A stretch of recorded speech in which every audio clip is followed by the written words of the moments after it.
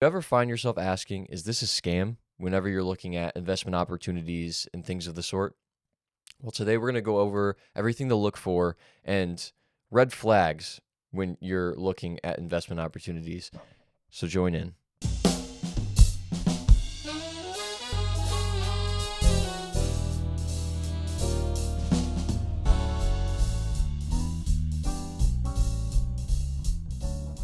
FBI, good place to go since I'm sure they get the lion's share of the calls and having to fill out the reports of the people coming in saying I was scammed. Shockingly enough to many people my age, a lot of pre-retirees or retirees are still in the dating scene. And look at the email it came from. That's usually one of the places you can find out it didn't come from where it should have come from. It had this extension that made no sense, .com or whatever. So you can kind of... Welcome back, everyone, to the Legacy Life podcast today. As you just heard, we are going to be talking about, is this a scam? Yeah. The big question when it comes to investments, especially in a digital age, when most of the time you're not talking to somebody in person anymore. You're talking to somebody over the phone, or you saw an ad and now you're looking at someone's website, watching someone's podcast, for example. And you need to ask yourself, is this a viable option? Is this real? Or is someone manipulating me? Or am I going to get hoodwinked? And so we're really going to talk about that today, because when you're looking at investing your hard-earned money and putting that at risk, you should be cautious and you should have the freedom to ask the question, is this a legit, viable option for myself? So let's walk through some of these scams targeting retirees today, and the real cost behind them and exactly what you can do to protect yourself from them. How are we doing this morning? We're doing okay. This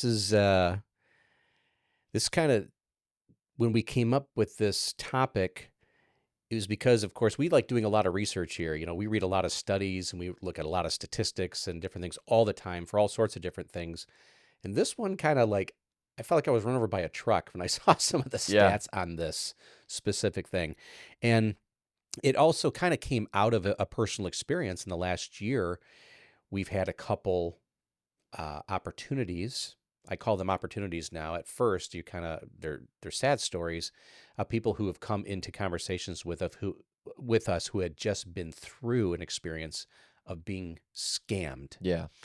And some people out of quite a bit of money. And so, it's always kind of been on my heart and mind to want to talk about this at some point.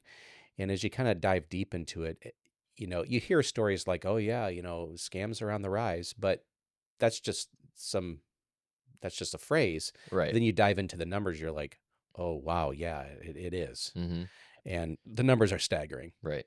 And to get ahead of it too, because many of these scams are running out of, different countries in the world. And so once they take your money, Yeah, local law enforcement can't help you get it back. exactly. Yeah, you're Mhm. right. And that's a good point. They're not all necessarily your next door neighbor Exactly. or in your town. They Yep. could be in another nation. Statistically, it's more likely they're in another nation. Right. And I know there might be some people sitting at home saying, man, how, people have too much time on their hands. There's someone that actually does this for a living. Yes, there are people who get up every day knowing they're going to go out and try to scam people out of money. Yep. They look in the mirror, brush their teeth, move on with their day, and they know this is what they're about. Yes, there are people that do this. Yeah, there are. Yeah. And it's just it's a job for them. Yep. They're trying to provide for themselves, and if they have a family, for their family. I know. I am not endorsing it at all. No. But this is their mindset. As mind-boggling as it is, Yeah. there are people that they know exactly what they're doing. Yep. No, this is actually one of my biggest things. It pisses me off when people say they got scammed. Like it's Right. a terrible thing. It is. Yep. So, want to get into some numbers here? Yeah, let's do let's it. just start getting to the bad news. Not really, but yes, we got to talk about it. Yeah. So, starting with some numbers. Okay. So, FBI, good place to go since I'm sure they get the lion's share of the calls and having to fill out the reports of the people coming in saying I was scammed. 2024 seniors especially since that's a large segment of who we deal with, the 55 and older crowd.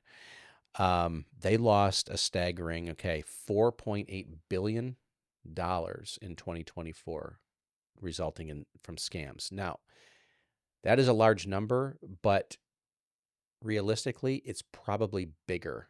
That's what I was just thinking. It is probably bigger. Yeah.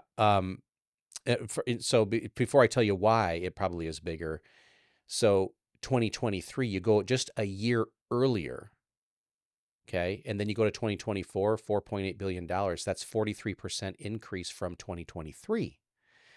That's a huge acceleration. People talk about if you got a 43% return in the market, you'd be very happy. Mm-hmm. But a 43% return on scam, Right. the scammers are happy. Wow. Yes. That's just, it's terrible. Mm-hmm. And at the same time, then the number of complaints that people are giving of potential scams, or I'm not sure, I think this guy was trying to scam me, was up like 46%. Now, so there's a couple of things I want to dig into there. Okay. Okay. So first and foremost, the 4.8 million I just said is probably not as large as it probably is, because when people report, they're asked, well, how much were you swindled out of or scammed out of? A lot of people underreport that number. Okay. And that can be due to shame and embarrassment and all sorts of different emotions they're feeling. So sometimes they don't even get the real picture of how much was actually taken because they're embarrassed. And I understand, no shame here. That makes sense that would be a default emotion that people would probably go to, because that's, it's not an easy thing to say, yeah, I was scammed, and raise your hand. Yeah. So they probably estimate that number is probably larger. Yeah. Okay. That And makes sense. yep. And the second thing, with the number of complaints increasing by 46%, that does not necessarily mean that all the complaints that people are making mean that they were almost scammed or were looking at a scam or were scammed. Okay. Some people that doesn't mean every complaint is 100% true. Okay. It just shows that I think people are a little more like the itchy trigger finger. People were just a little more aware because this news is all over the place. So people were, I think, just a little more nervous about these conversations they're having. And so complaints are on the rise because people are knee jerk because they're afraid. So there's a lot of fear surrounding this, and rightfully so. But what that does is, unfortunately, these scammers cause the fear, the panic, and the uncertainty, and the fight or flight response in people, so much so that even the real, legitimate, genuine, authentic advisors out there sometimes get wrongfully accused sometimes, just because people are more nervous. And so it gives good advisors sometimes a bad name. And I know this has happened to some of my colleagues where they've gotten falsely accused of things, exonerated eventually, but it just shows that there's a lot of this going on in this sector of business out in the country. Yeah. And you can avoid it if you take some time to look at this stuff. You can avoid it on both sides. The one side being the retiree who won't lose their money Yeah. From the scam, but also on the side of the advisor, like you were saying, a lot of times when things like that happen and they're accused of certain things, Yeah. because, fear gets in the way or whatever it is, Yeah. although they were exonerated, Yeah. it can really stagger and It has a lasting hinder impact. someone's career. Right. And it can, I'm sure there's a lot of legal fees and all the different things Yes. like that. And so just taking some time to pay attention to what's really going on and looking at what scams actually look like can be really helpful. Yeah, it can. So, Yeah. let's start. Here's what some of these scams actually look like. Okay. Yeah, let's go through And some. some of them may be obvious, but some of them are not as obvious. Sure. Right. So first one, the imposters Yes. scam type. Yeah. So whether they're saying I'm from a government or the bank or whatever. So it's a fake call that will pop up pretending to be like the IRS or Social Security, right, or the bank, claiming to be suspicious activity. Yep. That's the big one. I had a friend of mine. We used to work for, this is several years ago now. He would always get calls like 6 times a day we knew they were scam phone calls, and sometimes he put them on speaker so we could all hear the person on the other end. Oh yeah. And you talked about governments. I mean, this person obviously was, I don't know, well trained in the scam they were trying to pull, but they called and said, "Yes, I'm calling from the government of the United States." Right? With That an Indian accent or something. right, Yeah. right, with a foreign accent. Yeah. And now we laugh at that, and with my friend, he was well versed enough and young enough to know, but obviously it must be working because these people are calling all the time. Mm-hmm. Okay, so yeah, they can call imposing to being the imposter, posing as a government, the IRS, your bank or credit union, and sometimes they'll even brand it around the specific bank that somehow they know you're a part of. Yep. Yeah. If it's a big chain or something like that. Yep. So that's the first one. Yeah. And what are some ways that you can like kind of distinguish? Because I know like the IRS, they'll only contact you through mail. So if you're getting a phone call from the IRS, okay, this isn't legit. They're going to send me a piece of mail. Which one thing about that, which sucks, if you don't answer the mail in a timely manner, sometimes they ask you for something, and by the time you look at the mail, the date's already passed. Exactly. Yeah. Yeah. We sent this to you 6 weeks ago, and we needed an answer 2 days later. Right. Yeah. Exactly. Right. Right. Yep. So that's the first one. Mm-hmm. Second one, we call it the grandparent scam. Okay. A scammer poses as a grandchild Mm-hmm. in trouble, not necessarily through a phone call. Sometimes it can be like through an email. I remember several years ago, this is several years ago now, we got an email, and it was from a friend of ours that we knew really well. So they could use first name basis. Mm. And they were trapped in a foreign country and needed money to get home. They had no money. Okay. And we hadn't seen this person in a while, but your first reaction is, oh my gosh, how can we help? Right. Right. And this is early on when these scams were kind of new. And so your mom was like, this person, they're trapped in another country. And we knew they had, these people did travel. Like, so this wasn't like a weird email, like, oh, I didn't know they were traveling. That wouldn't have been uncommon for us to know that they did. And your mom was like, well, we're going to send them money right now. And she was on her way to go to Western Union to wire some money. And on the way, she just kind of like, Holy Spirit. yeah, exactly. Yep. And said, you know what? Why did she email me and not call? Right. Why did she, started asking more questions to herself, which is good. And come to find out it was a scam. Wow. But it looked exactly like it came from your friend, Mm-hmm. So send money, don't tell. There's no time to call, right? Right. We don't have time to call you right now. We just need this really quick. I'm in dire straits. Please help. Right. Which is really funny when you think about it. Mm-hmm. Because if someone's in dire straits and they don't have a lot of time, Mm-hmm. but you're going to type out an email and wait for them to respond by email as opposed to calling them. Yeah. Like calling somebody is the fastest way to get a response from somebody. Right. Exactly. Like that's your first option. If I need to answer quick, Exactly. I'm calling them. Yep. So it's just, Yep. They try to put the urgency in there. Right. And they're hoping that the emotion drives the behavior as opposed to the logic taking over to think through the problem. Because it's your grandchild, they're in trouble. We move right now. Exactly. It's so manipulative. It is. Yeah. Yep.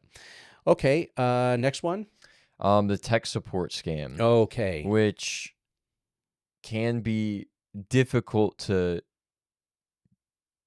look at because I remember one time, for example, with us, like you were looking, I forget who you were calling, but you needed help with your computer on something. Oh yeah. And yeah, you got on tech support. You went on the website. Yes. And called the tech support number. Yep. And then the person is asking for remote access to your computer. Correct. Yep. So they go in and ask for your, I don't even know, your IP address or something. And they send a code to your screen They send that a you code say, I accept. And then they can go on remotely onto your computer. And help you solve the problem. Right? Yeah. And as soon as I forget, you got to a certain screen, like the person just hung up on you and then like never got back to you. And thankfully, like nothing was stolen or anything like that. And, we figured it out, and there was no like breach of security or anything. So that was good. Right. But in that In that moment, moment, you're like, what? what just What happened? just happened, right? Yeah. And so it was a long day because you Mhm. know what I felt I had to do? I went Yep. and I changed all passwords, And and changed all your passwords, and I was so mad because I'm like, exactly. that's like 4 hours I'll never get back. Right. Exactly, Yeah. right? And so luckily the person never ended up getting what they were looking for. Right. But if you're calling the number on the website for Microsoft or something, it was something like that. I forget now, but yeah, something of that nature. And Was it's like, but it wasn't the legit place. it wasn't a legit place. You come to think, okay, what technology do these people have? Like maybe they could intercept the call or something like that for people specifically Yeah. calling this support number. Yep. But so you got to be very careful giving somebody remote access to your computer or your Yep. devices, Yep. because it's not always safe. Yep. Because as soon as they have remote access, they have access to all of your passwords and everything like that.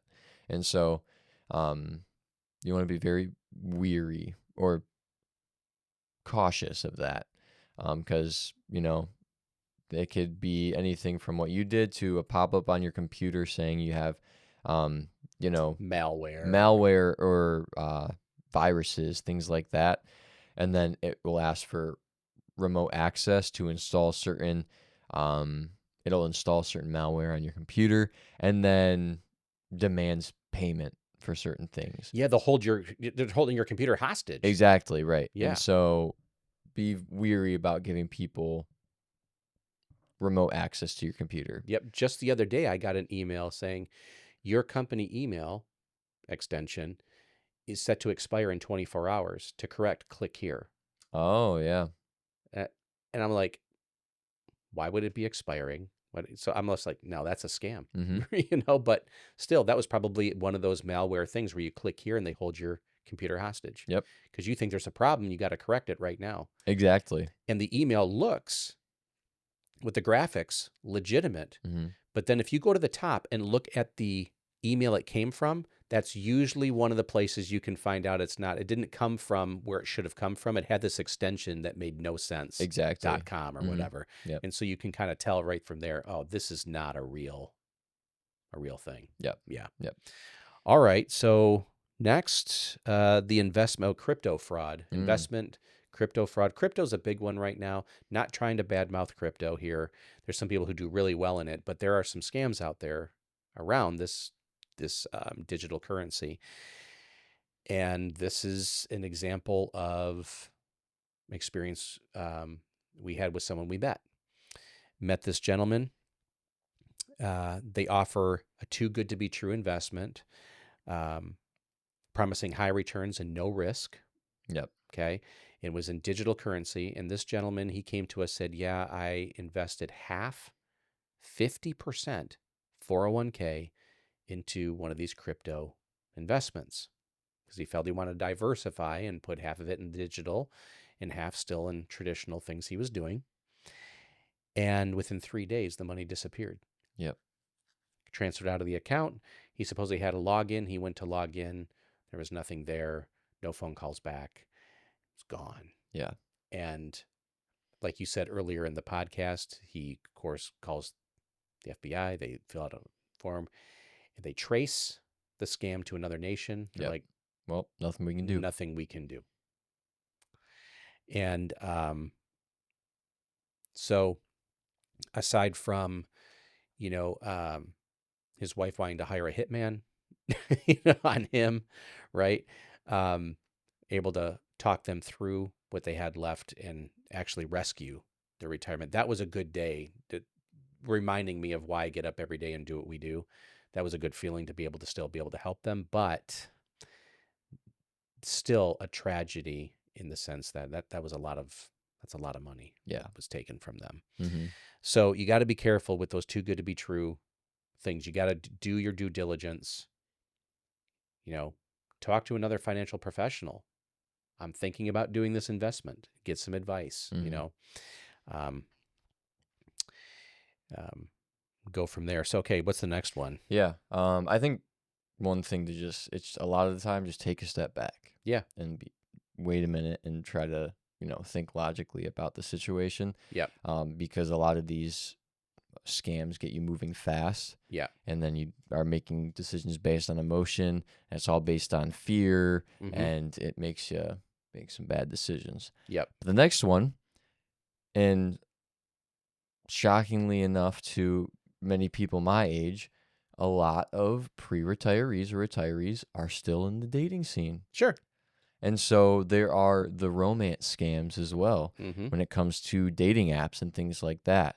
When a new friend you met online either manipulates you using your bond to take money from you, Yeah. and they use newfound trust as a weapon against you. Yeah, because, when you're online connecting with somebody, having conversations, there's a type of connection that can happen that doesn't necessarily happen in person, that can happen quicker in a social media setting through, they call it like a soulish connection, can happen very quickly through media when you're writing and communicating that way, and that can build a bond very quickly. And if they're not a real person, but just someone scamming you for money, then yeah, that's how they've been able to extort money from seniors that way, to the tune of millions and millions and millions of dollars through that. Yep. So dating isn't what it used to be. No, it is not. Yeah. So be careful there. And then last, this one here is, they're all unnerving, but this one is a newer one, and gosh, I don't even know if I understand how we're gonna come up with ways to combat this, but I just don't know what they are yet. But what we call these deepfakes, AI, artificial intelligence empowered deepfakes, where they can actually now take someone's voice, their picture, create videos, and it looks like that person's really there telling you. There's ads online now. It looked like Joe Rogan is selling this product or that product, and he's probably not even his commercial. He probably didn't even do it. Yep. Same thing with Dave Ramsey. I've seen a bunch of those as well. They take his face, they put a show in the background to make it look like he's saying this stuff, but he's not endorsing it. Right. It's not even him. But if you watch it, you wouldn't know that. Exactly. It sounds like him. It looks like him. It has his intonation. It looks legit. It's so that, and many times people aren't even paying attention to how fake it looks, because the captions on the video, you're just reading the captions. You're not actually looking at their mouth move. Exactly. Yeah. Exactly right. But yeah, if you take a really close look, you can see, okay, it is off. Yep. But they're using this on, how are they using these? Well, you could get a phone call and it could sound like my daughter. Yep. Could sound like you saying, Dad, I'm broken down on the side of the road. I need you to Venmo me. Right. Yep. I need you to send me, I'm in this emergency situation, and it sounds like them. Yep. And of course, you'll be like, oh, hey, bud, Right. how you doing? I'm sorry to hear. Yeah, I'll be right there. Or, so, this is, to me, I'm just like, wow, this is going to be used in a big way to try to get people, especially in the senior market. So this is scary stuff. And, losses start, $10,000 or more,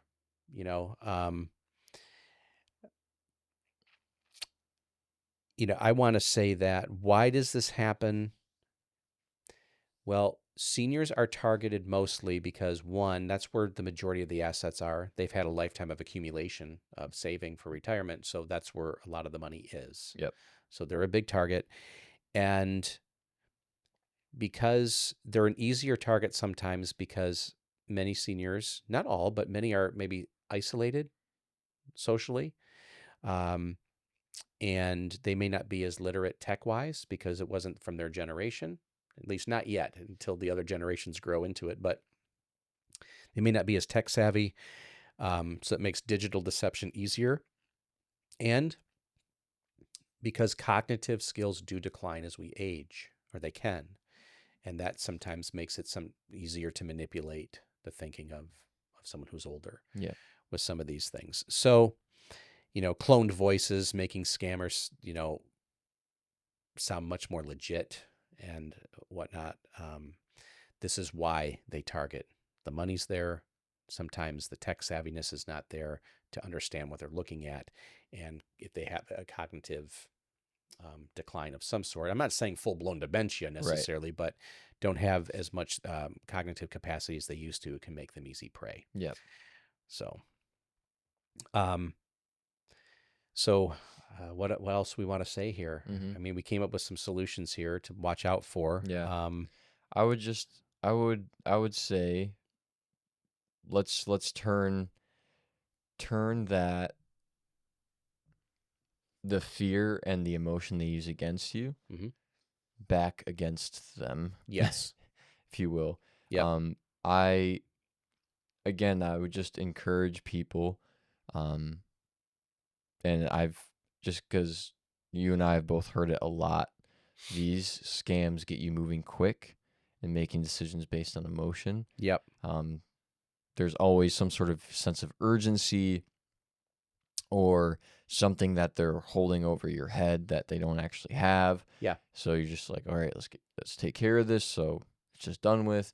Or okay, I gotta take care of this now. But if you take a step back and like really look into the situation, a lot of the time there are logistical and logical red flags that will pop out towards you. Like the email one, them saying, I need something now. If you need something now, you could call me. You have my phone number if you knew me, right? Right. Things like that. But there's all kinds of different scams out there. Yep. So many nowadays where, and with AI and technology on the rise, it's exploded over the last 20 years, and it's just going to keep exploding over the next 20 years, where you're not going to be able to always keep up with all the different scams and things that are developing. It's just really good to have a level head and just take a step back, be like, okay, what's really going on? Because to keep up with it all would be impossible. Yeah. I think that's good advice. So taking a step back, hitting the pause button. Involve your family too in finances if you can at any moment, not moment, but at any juncture, any level. Let them be involved in some of those things and run things by them. If you're going to have an appointment online with an advisor, bring your son or daughter in on the call too. Let them hear what's going on. I love that when we have clients that do that, where they're involved their children. Yep. Because then they can ask questions too. I think that's really important. And, not that I'm advocating for this, but sometimes it might be good to have some of your money in a place that you can't necessarily just transfer it quickly. Yeah. There are some financial instruments out there that cause you to have to go through couple of hoops to get access to it. Keep money. You need money liquid so you can get to some things quickly. If you have, you need new tires or a leaky roof or something, of course. But if you have some money in a place that you can't just get to it quickly, that sometimes will slow you down enough to think through something before you make a decision too. Yep. That can be helpful. And consult a professional. Absolutely. There are many people out there that will just have a free conversation with you about things. Yep. So scams are evolving, but so are our defenses and our ability. As long as we can continue to educate and bring awareness to these things, I think that can help protect people in the future going forward. If we continue to talk about this together, involving our families, that's something we can do to help bring those stats down. Yep. And begin combating this. Yeah. And, if there is suspicious activity, obviously you do have to report it, or get people involved. Hey, if you're feeling unsure about something, maybe you're in a situation today where maybe you're looking at something and you're not sure. You can reach out, and we're more than happy to have a conversation with you to see if we can verify if this is a good, legit option for you, or help you with any of your retirement planning questions that you have. We would love to be able to spend some time with you. There'll be a link in the show notes that you can get our calendar and schedule a call, whether in Zoom, or if you're local to us, you can meet in person, of course. But we'd love to be able to help you out in any way we can. Any closing thoughts from you? Nope. Just All right. Looks like my camera died, so they can't even see me. I'm just looking at a black screen here. Oh, okay. Well, thanks for listening to Legacy Life Podcast then. Hit that subscribe button, and we look forward to being in your home again next week.